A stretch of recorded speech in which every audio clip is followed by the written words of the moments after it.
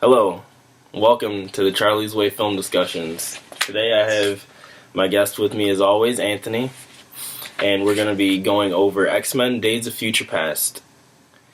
First, I had the movie with me right here because I thought it was interesting with the people that are on the cover. I don't know if you could really see it. But Quicksilver is on the cover over a lot of the other X-Men. Yeah. And he didn't have that big of a role. Like, he had a main role, I would say, but it's just weird. Like, Halle Berry's not on there. Yeah, nobody else. I didn't even notice that because I got the different one. Yeah, and like it just had like the Sentinel thing on it. It was like the steel thing from Best Buy or whatever. But yeah, I'm really surprised that Quicksilver's on there. of course Wolverine's right in the middle. Of course. He's the main character throughout all the X-Men films. Yeah. And I wanted to read a quote from Hugh Jackman because it was very interesting, because there was all the rumors that he was going to stop playing Wolverine, and this is pretty recent. This is with Cigar Aficionado. Oh, so it just came out. Yeah. Because I just saw that magazine yesterday. Yeah. He said that he was inspired after watching Michael Keaton in Birdman, saying, "I said to my wife, the moral is that I should never stop playing Wolverine. I've got to find a way to keep playing him until I die. I know that someday they'll recast the role with another actor. I'd be happy if the role was eventually recast. It would mean that it had become iconic." So, I think the role of Wolverine is pretty iconic already. Oh, absolutely. What do you feel about Hugh Jackman saying that? Well, you know how I feel about Hugh Jackman. He's like my hero, man. Yeah. So I absolutely agree. I think that he should play Wolverine forever, basically. I agree as well. I don't see anyone else being Wolverine. There's no one else, man. No one else. There isn't. Even if they wanted to like do a younger Wolverine, I see it as Hugh Jackman because Right. he can look a lot younger. Yeah. He'll just dye his hair His and- role as Wolverine, it stands out. Yeah. I mean, he is Wolverine. There's no question in my mind. Yeah, Like, he's just perfect for him. he really like, is. And he just keeps getting better and better with each X-Men movie. Like the Wolverine was just incredible, and then like Days of Future Past, he was awesome in this, and like he just keeps getting more and more physical with the role too. Like, and it's crazy because he's getting close to 50. Yeah, So, and he just looks better than like everybody. yeah, and Which is he crazy. always wants to push himself for each role. Yeah, and I think that's important not just for X-Men but for all things in life. Mhm. Yeah, he has said that, like, well, I don't know if he said it, but he wanted to stop playing before, and now Yeah. it's nice to see him basically rebuffing that. Yeah, and then they're going to come out with that other Wolverine movie that I Mhm. heard that's going to have him and Professor Xavier together, something like that. I didn't hear about that one. Oh no, that's like the sequel to his standalone movie, and it's going to be Oh, him, okay. and it's actually going to be Patrick Stewart too, which is Mhm. crazy. Yeah, it was funny because I heard that he thought that he was basically done with the X-Men after First Class. Yeah, Him and Ian McKellen thought that they were done with it because they were replaced by younger, better-looking, yeah, just new faces. yeah, But so they were actually really happy to be brought back in Days of Future Past. yeah, and I think it was really nice to have them back in Days of Future Past Mhm. because, to me, especially, well, I mean, both of them just were a big, huge part of the original X-Men's Mhm. for me, and they're just such Definitely. great actors too that Definitely. I mean, you can't really replace them, you know? Hmm. So let's talk about some people that weren't included in this. Yeah, Like, there was no Gambit, there was no Deadpool, there was no Jubilee, Yep. there was no Juggernaut.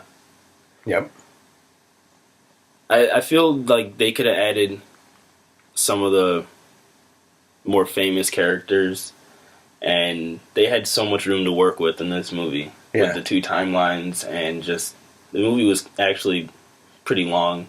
yeah. It was So- like 2.5. Yeah. Yeah, I feel like they should have added at least a few of those characters in that we've come to know throughout the other movies. I mean, they might have their own reasons why leaving him out. Yeah, especially But- with Deadpool, maybe. Yeah. They're like, Well, they're making a Deadpool movie. They're making a Gambit movie. Yeah. So, I don't know. In the X-Men Apocalypse, they're probably going to introduce some characters, though. Yeah.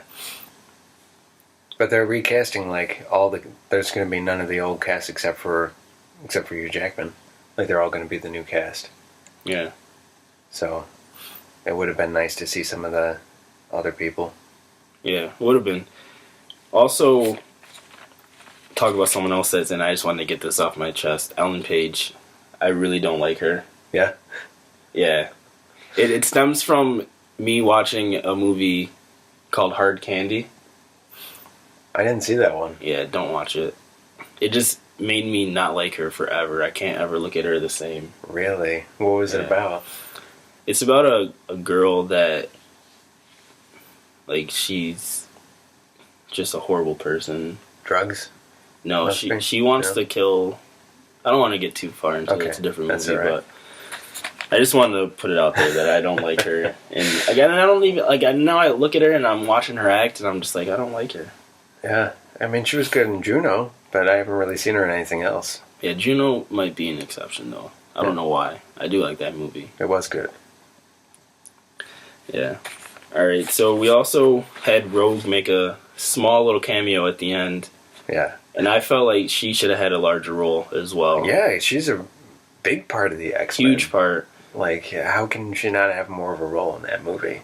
I haven't liked the direction they went with Rogue throughout the whole, like, X-Men movie franchise, though. Yeah. I don't know if Anna Paquin's the right person for the role. And they just never really made her. Yeah. I mean, Rogue was, to me, a lot different than what they portrayed in the movies. Mm-hmm. And as far as awards go, there was basically one Oscar nomination was Best Visual, and it didn't win. But I think that's kind of like a trend with superhero movies. Yeah. They're always... They're never in the main categories. Yeah, that's... I mean... Like, you don't really see Best Actor, Best Actress. Too. Yeah. Most of the sci-fi movies, too. The only one that really stands out was when Lord of the Rings won, like, 13, all 13 awards, which was crazy. Yeah.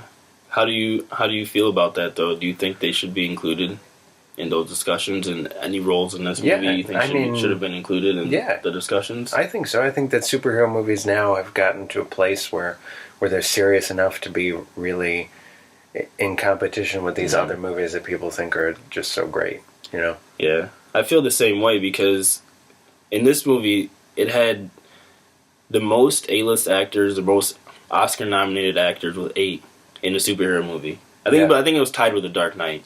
Yeah. But if that many actors that have been nominated or won awards are in the movie, don't you think maybe they should be able to win for this movie as well? Yeah, and I think that this movie is deep, and it has a lot of meaning, and there's a lot of... that the direction is really good in the movie, and... I mean, there's some parts in the movie where it gives me chills because it's so good. Mm-hmm. Like the whole end sequence was just amazing. And then when young Xavier and old Xavier are talking, and then the whole sequence with Hope, like, some of those things are just amazing. They were. I definitely agree with that. I felt like the connection in the movie. Oof. It was so powerful. It was great, man. I loved it. And yeah, I really do think that some superhero movies should get more recognition. Okay. So now we're going to shift gears a little bit. I want to just do some, like, this or that. As far as first, how does this rank? I guess not really a ranking, but how does this stand up as a superhero movie versus just being, like, say it wasn't superheroes, just a regular movie?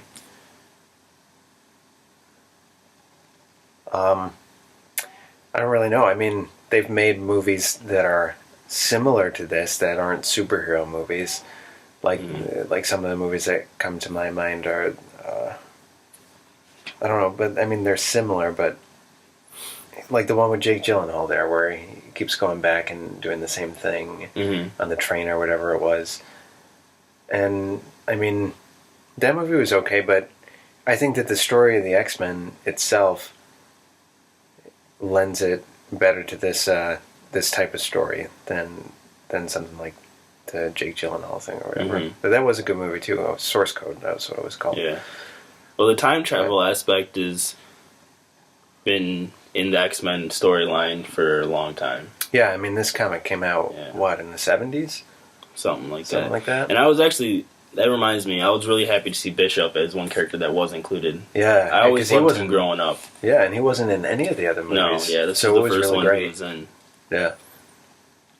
And the whole, like, the opening sequence, and kind of, like, there was another fight scene when, like, they got swarmed by the Sentinels with Blink. Yeah. And, like, that I can see definitely is the best visuals and stuff. Like, that was really nice to look at. Yeah, that was really Jumping great. through the portals and stuff. Yeah, that was really cool stuff. Yeah. Well, what do you think about how the Sentinels looked, though?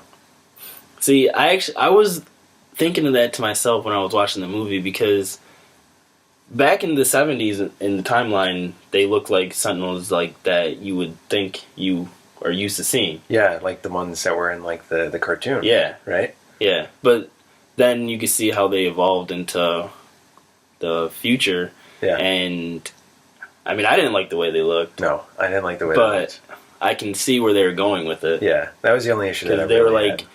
there's another enemy that's in, like, the Avengers, the Adaptoid, and he can adapt to, like, he knows all the, like, the Avengers powers and stuff and can adapt and use them and stuff like that. And that's what that reminded me of. Oh. And the Sentinels can adapt to the X-Men. Yeah, I guess they didn't really show that in the cartoon anyway. No, they didn't. At least not from what I remember from the cartoon. Not what I remember, but it's just, I had that image of the Sentinels in my head, and then it was hard for me to... See, that's kind of just like... It is nice that they made, like, the original prototype versions look like that. Yeah. Because then that's... Yeah. Because even, say, the 90s, 2000s, I don't know, but the future time in that movie is 2023. Yeah. So, I mean, it's still... We're still not even there yet. Yeah. So, alright. X-Men versus the Avengers movies, the X-Men movies. Oh. And That's an easy choice for me. What's your choice? X-Men, for sure. It is? Yeah, absolutely. See, mine's the Avengers. I mean, I loved certain parts of the Avengers. But Okay, and when I say that too, because there's only been one Avengers movie so far, I guess I mean like Fox versus like the Marvel Cinematic Universe. Yeah. So like all those movies put together, and like, because X-Men have had like 7-8 movies or whatever.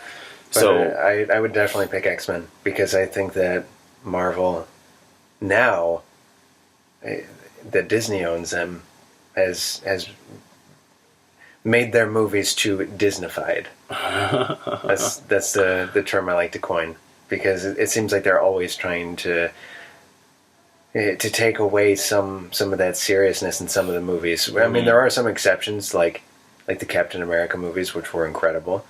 Yeah, definitely.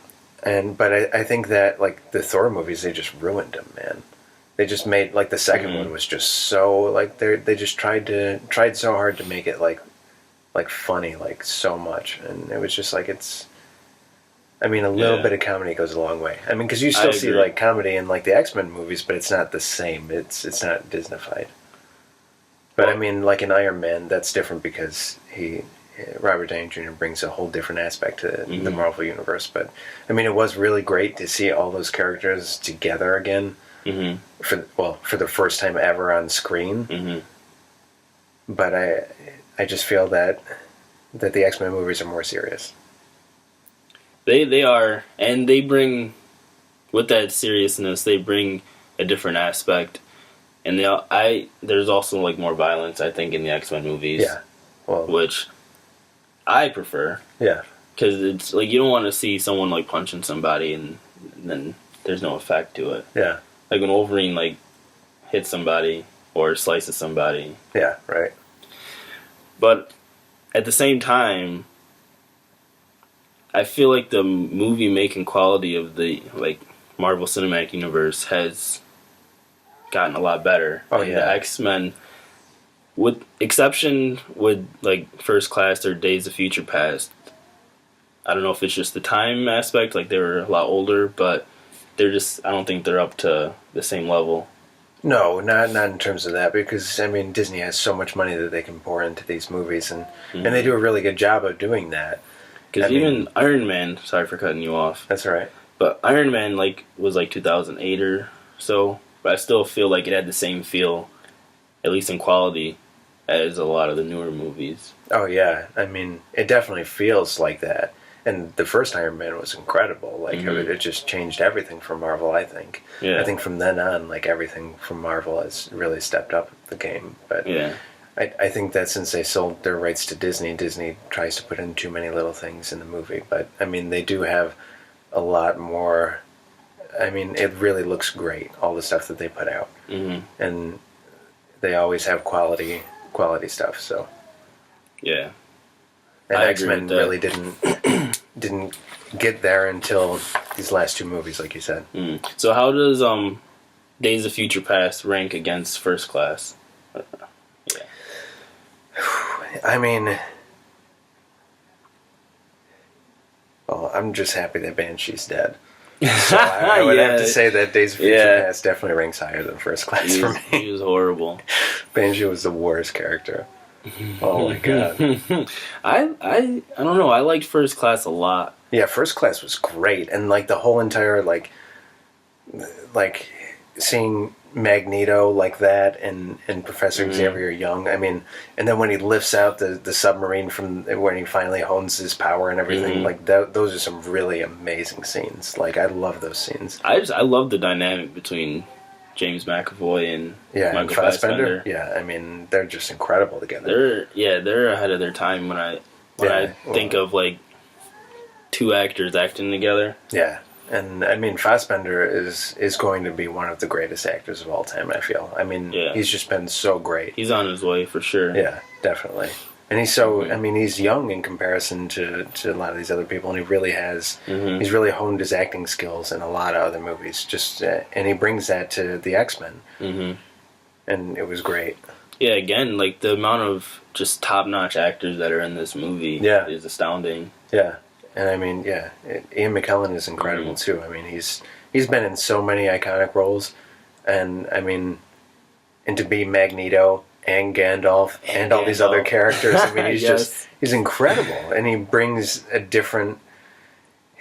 He's so different in all these roles, and it's really great that they got somebody like Fassbender, who is on his way to being one of those greats too, to replace him. I also wanted to put a shout out to my brother in arms, Sean Ashmore, who was in the movie, who was also in The Following. Awesome. Iceman. I think he's come a long way as an actor as well. Oh yeah. Yeah. He didn't have too many lines in this movie, but I think he's... Yeah, and he definitely brought a presence to the movie. Yeah.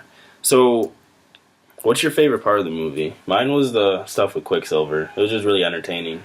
That was really cool, and it brought a lot of comic relief, and I thought it was great. And to me, I mean, I have a couple of favorite parts. I mean, the first time that Wolverine goes back in time and he wakes up, that's one of my favorite parts. Yeah, that was great. And like, except that he was naked. Yeah. I mean, but it is Hugh Jackman. Yeah, so he likes to do that. Yeah.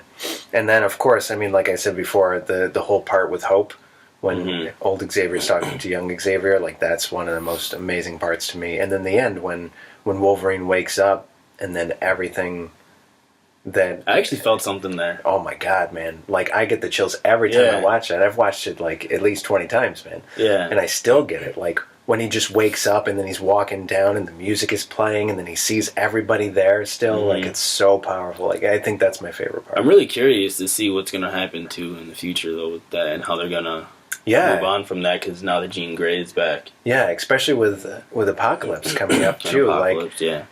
Like, and one of the questions I had was, like, that I've asked other people who've seen the movie, is that, does Apocalypse take place in between where Wolverine gets lifted out of the water and the end of the movie. It's got to take in place in between there because it still has all the young people in it. Yeah, I think it's gonna be just kind of all around it because there's some like Apocalypse. It's gonna be really really old. Some parts because he's like the first mutant. Yeah. Okay. And so it's going to take place. So it's probably just going to be. I don't know where it's going to end, but it probably will. Some of it will be in the middle of that. Yeah. I don't know if it's going to go past it or not. Yeah. Because that's the one question that I always have is when are they going to get back up to the time where the end of Days of Future Past is? They may go past it. They may not reach that point. I don't know. Yeah. It'll definitely be interesting. I'm definitely curious to see what happens. Yeah. And especially with the new Wolverine movie, too, that's coming out. I'm really curious about that. Because I don't even know anything about the story except that Xavier is supposed to be in it. And it's supposed to be like they're going on some quest or something. I don't know. It's just so interesting now that they have basically, they still have two timelines in a way. Yeah. And to see how they're going to utilize both sets of actors is going to be interesting because like they are having the Deadpool movie and the Gambit movie. Yep. So even with just those movies, it's going to be interesting to see who they add into that. Yeah. And where they and put which that. timeline they're going to follow. But I have faith that they're going to do the right thing. I mean, sometimes people get it wrong, but some franchises get it right. Like Star Trek got it right when they switched to the dual timelines there, which was really great. So I have faith that they can do it. Yeah. So I want my lasting impression on this is I actually liked the movie a lot. When I saw it the first time, I didn't like it. I had so many disappointments with it, and then like rewatching it a few times, it's grown on me, and I see it from a different perspective now, and I like it a lot. Yeah, and that happens with me with some movies too. Like the first time, I just won't like it that much, and like I'll build up myself so much that I'm so excited about the movie, and then it just disappoints. And I felt that way when I first went out of it, but then I went back and I watched it a second time, and it blew me away. I mean, sometimes it really just depends on the day or whatever, but like, yeah, this movie I think is one of the greats for the superhero movies. I agree. So on that note, thanks for joining us. This has been Charlie's Way Film Discussions, and Anthony and I will see you next week. See ya.